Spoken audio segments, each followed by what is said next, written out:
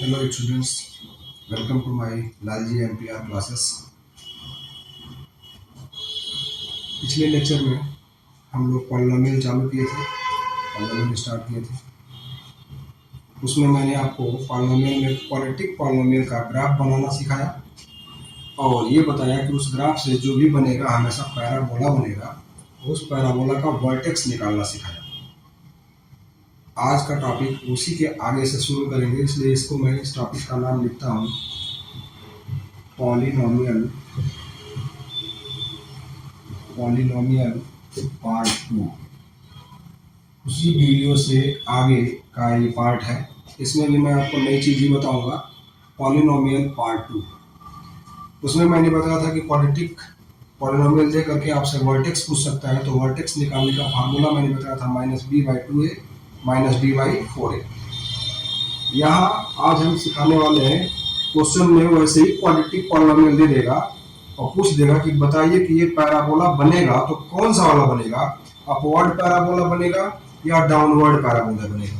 Example के लिए जैसे मैं देखिए यहाँ पैराबोला आपसे बना रहा हूँ, ये एक पैराबोला मैंने ऐसे बना दिया,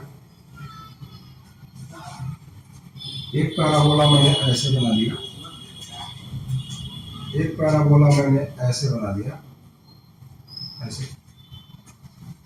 ठीक है। तो ये सब पैराबोला मैं बना रहा हूँ। एक पैराबोला मैं इधर से बना देता हूँ, वो ऐसे बन गया, ऐसे। ये पैराबोला है। अलग अलग तरह से पैराबोला आप देख रहे हैं, सब के सब। ये ऊपर की तरफ इसका माउथ है, ऊपर की तरफ ओपन है, तो ये अपवर्ड पैराबोला है। ये downward parabola, upward parabola, downward parabola. ये सब जो सारे पैराबोला आप देख रहे हैं, तो हमने बताया था कि ये दो ही टाइप का पैराबोला बनाएगा। अब उस पैराबोला पे इस पे न्यूमेरिकल कैसे देगा, कैसे पूछेगा क्वेश्चन, क्वाड्रेटिक पॉलिनोमियल दे देगा। जैसे मैं यहाँ पे कुछ पॉलिनोमियल लिख रहा हूँ, अभी फिलहाल ये तो मैं रफली ऐसे ही बना दिया हूँ रैंडम आपको समझाने के लिए कि ऐसा ही कुछ पैराबोला बनेगा। लेकिन मैं कुछ यहाँ पॉलिनोमियल लिख रहा हूँ, जैसे मान लीजिए f(x) इक्वल टू, जो फर्स्ट पार्ट में मैंने लिया था उसी को ले लेता हूँ, ठीक है। और दूसरा मैं ले लेता हूँ gx equal to 3 - 2x - x²। तीसरा मैं ले लेता हूँ y equal to -4x² + 4x - 1, ठीक है। अभी 3 से काम चलाते हैं, चौथा फिर ले लेंगे। तो मैंने ये सब एग्जांपल लिया है। अब आप देख के ये चिंता में मत पड़ जाएगा कि f(x) लिखा हो या gx कैसे लिख दिया। ये क्वाड्रेटिक पॉलिनोमियल है और f(x) का मतलब कि यह x में क्वाड्रेटिक है, और ये f उसको रिप्रेजेंट करता है कि जैसे इसको हम फंक्शन के तौर पर यूज कर सकते हैं, लेकिन फंक्शन से अभी आपका कोई लेना देना नहीं है। आप ये मानिए कि ये f(x) का जो वैल्यू है एक्चुअल में y है। इसी f(x) को हम क्या कर सकते हैं, y कर सकते हैं। जब x एक्सिस पे रिप्रेजेंट करने की बारी आएगी तो x के जो वैल्यू रखते हैं उनको रखने के बाद जो y का पूरा वैल्यू निकल के आता है वही क्या है, वही f(x) है।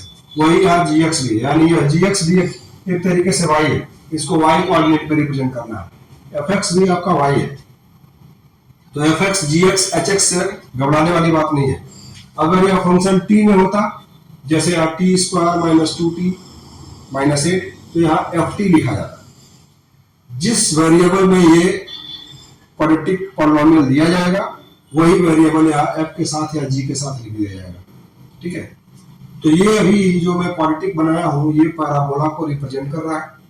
अब उस पैराबोला में इस लेक्चर में हम क्या सीखने वाले हैं कि जब ऐसे क्वेश्चन दे देगा और उसमें पूछ देगा कि बताइए कि ये इक्वेशन दे, क्वाड्रेटिक पॉलिनोमियल देख के बताइए कि ये अपवर्ड पैराबोला है कि डाउनवर्ड पैराबोला है। एक तो ये पूछेगा आपसे, और दूसरा ये पूछेगा कि जो ये पैराबोला y एक्सिस को काटा है, देख रहे हैं ना कि यहाँ से जा करके ओरिजिन यहाँ है, यहाँ से जा करके यहाँ y एक्सिस पे कट किया है यहाँ पे। तो ये जो कट करता है ना, एक्चुअल में ये क्या है, जो ये कट करता है ये है क्या, ठीक। तो इसको हम समझाने की कोशिश करेंगे कि ये पैराबोला में है क्या। तो आइए हम बताते हैं कि कैसे देख के हम जान पाएंगे कि कौन सा पैराबोला अपवर्ड है, कौन सा डाउनवर्ड है।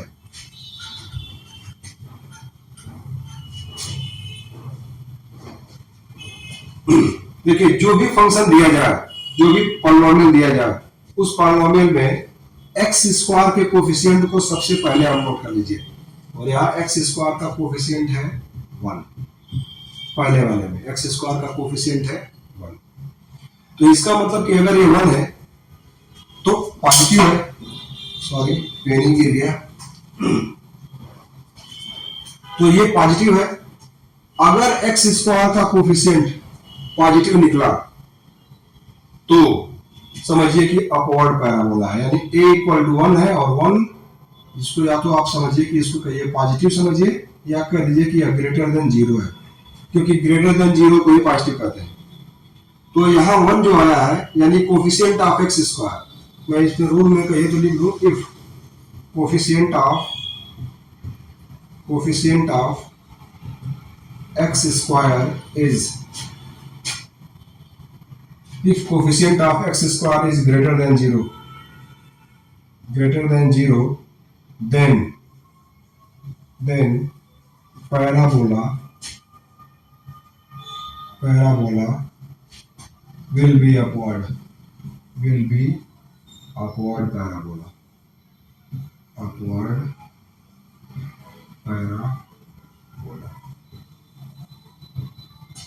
If coefficient of x square greater than 0, then parabola will be upward parabola. तो parabola upward parabola हो जाएगा। मतलब यहाँ पे आपने x square minus 2x minus 8 में से जब coefficient of x square find किया तो कोफिशिएंट ऑफ x स्क्वायर आ गया 1, 1 पॉजिटिव है, ग्रेटर देन 0 है, इसलिए पैराबोला कैसा होगा? Upward parabola. आप देख के बता लेंगे।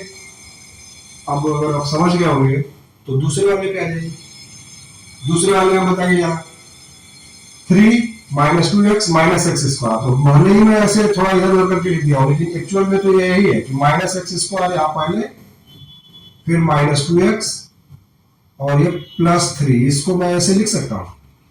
माइनस एक्स स्क्वायर को पहले, माइनस 2x प्लस 3, जिसका जो साइन हो लिख दिया। तो यहाँ पे एक्स स्क्वायर का जो कोफिशिएंट आया वो कैसा आया? नेगेटिव।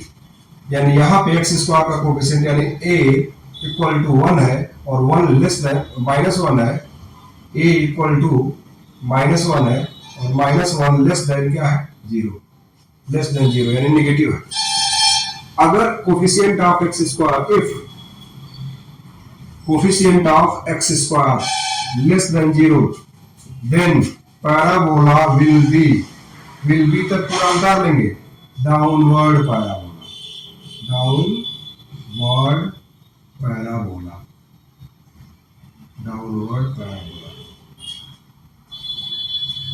तो कुल इसमें मेन काम जो है कोफिशिएंट ऑफ एक्स स्क्वायर का है।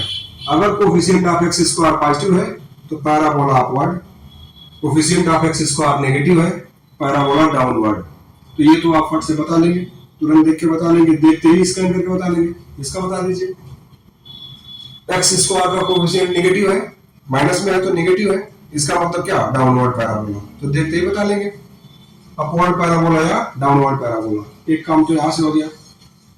दूसरा काम यहाँ से ये आप सीख सकते हैं कि जब ये पैराबोला बनाएंगे तो इसका वर्टेक्स कहीं ना कहीं आएगा। अब ये अपवर्ड पैराबोला है, एग्जाम्पल के लिए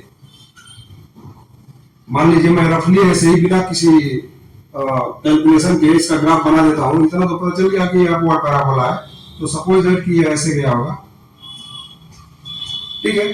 तो या चलिए ठीक है, यहीं से समझ लेते हैं। मान लेते हैं कि ऐसे गया होगा, तो पैराबोला तो ऐसे गया, तो इसका वर्टेक्स यहाँ फर्स्ट वीडियो में मैंने वर्टेक्स निकालना सिखाया था, उससे आप निकाल के चेक कर सकते हैं इसका वर्टेक्स कहाँ आएगा, -b/2a माइनस 4 d/4a से।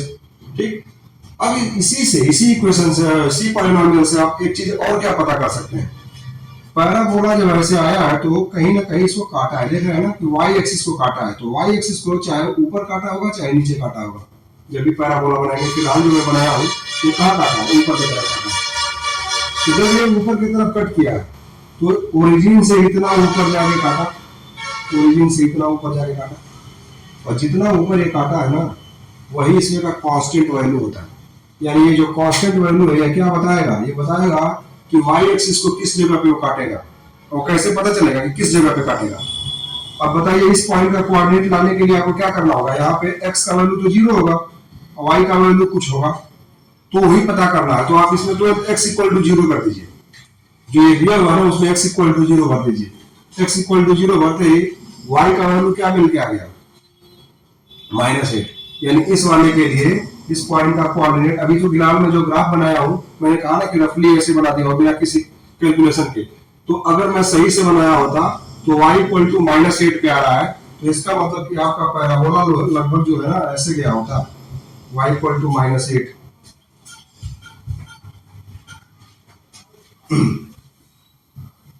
मान लेता हूं कि ये -1 -2 -3 -4 -5 -6 -7 -8 ये ऐसे आया, ऐसे जा करके इधर से कहीं से ऐसे घूम के ऐसे गया। देखिए ओरिजिन से ये कितना नीचे काटा है ना, ये वाला कितना नीचे काटा है, यही डिस्टेंस जो होती है वो c रिप्रेजेंट करती है, यानी कांस्टेंट वाले को रिप्रेजेंट करती है। तो जितना इसका कांस्टेंट वाला हिस्सा रहेगा, अगर पॉजिटिव है तो ऊपर कहीं काटा होगा, नेगेटिव है तो नीचे कहीं काटा होगा। ये बिल्कुल याद कर लीजिए, क्योंकि इस पे फिर मैं एक और वीडियो बनाने वाला हूँ और इंपॉर्टेंट होने वाला है। अभी मैं इसमें आपको ये बताऊंगा, इस वीडियो में मैं इतना बताऊंगा कि अपवर्ड या डाउनवर्ड है, ठीक। और सी वाला पार्ट कौन है, यानी कांस्टेंट वाला पार्ट का एक्चुअल में क्या रोल है। तो जो भी पैराबोला बना वो ओरिजिन से या तो ऊपर या तो नीचे कट किया होगा। किसको कट किया होगा, वाई एक्सिस को। तो जहां पे वाई एक्सिस को इसने कट किया, उस जगह का कोऑर्डिनेट जब भी लिखेंगे वाई एक्सिस वाला ना, तो x का वैल्यू 0 लिखेंगे, x 0 है, y -8 है। तो इसी में x के जगह पे 0 रख देंगे तो तुरंत आपको मिल जाएगा कि वो कहां कट किया होगा, इसको y एक्सिस को, y एक्सिस को कहां कट किया होगा। तो इसका मतलब कि जो ये कांस्टेंट वाला वैल्यू होता है, पैराबोला को y एक्सिस का जहां कट करना होता है, ठीक है, उसी इंटरसेप्ट को रिप्रेजेंट करता है। अब इस समय जो आपका इंटरसेप्ट है ना, ओरिजिन से नीचे, क्योंकि नेगेटिव है तो ओरिजिन से नीचे है, और कितना नीचे है, 8 पॉइंट। इस वाले में अगर हम चलेंगे तो हमारा कांस्टेंट पार्ट कौन है, देखिए कांस्टेंट पार्ट ये है। आपको ये तो पता चल गया कि डाउनवर्ड पैराबोला है, देख करके पता तो चल गया कि डाउनवर्ड पैराबोला है। लेकिन ये काटा कितना है, तो ओरिजिन से कितना ऊपर काटा होगा, ये तो डाउनवर्ड पैराबोला है। तो डाउनवर्ड पैराबोला बनाएंगे ऐसे, और मान लेंगे कि ओरिजिन से कितना ऊपर काटा है, 3, 1 2 3 यहाँ पे काटा होगा। इस पॉइंट का कोऑर्डिनेट होगा 0,3, यानी x यहाँ पे भी 0 रहेगा। x को 0 रख दीजिए। जैसे ही x का वैल्यू 0 रखेंगे, वो पैराबोला y को किस जगह पे काटा है, यानी y पे उसका इंटरसेप्ट क्या है, कटा हुआ हिस्सा क्या है, वो मिल जाएगा। तो मैं ये बताना चाहता हूँ कि इस क्वाड्रेटिक पॉलिनोमियल में x स्क्वायर के कोफिशिएंट से आप डाउनवर्ड या अपवर्ड होने का पता कर सकते हो, और जो इसका कांस्टेंट पार्ट दिया हुआ है चिन्ह सहित लेना है, उसी से पता चलेगा कि ओरिजिन से ऊपर काटा होगा कि ओरिजिन से नीचे काटा होगा। नेगेटिव है तो ओरिजिन से उतना ही नीचे काटा होगा, और पॉजिटिव है तो ओरिजिन से उतना ही ऊपर काटा होगा। यानी कांस्टेंट पार्ट से पता चलता है कि ओरिजिन से वाई एक्सिस को ऊपर कितना, नीचे कितना ऊपर कट किया है। तो यहां से आप समझ गए होंगे कि अपवर्ड पैराबोला और डाउनवर्ड पैराबोला कैसे डिसाइड करेंगे, और कैसे ये पता करेंगे कि वाई इंटरसेप्ट उसका कितना है और किस डायरेक्शन में है, एक्स एक्सिस से ऊपर या नीचे। इस पे अगर ऑब्जेक्टिव क्वेश्चन बनाएगा आप कर सकते हो। इस वीडियो में इतना ही, धन्यवाद।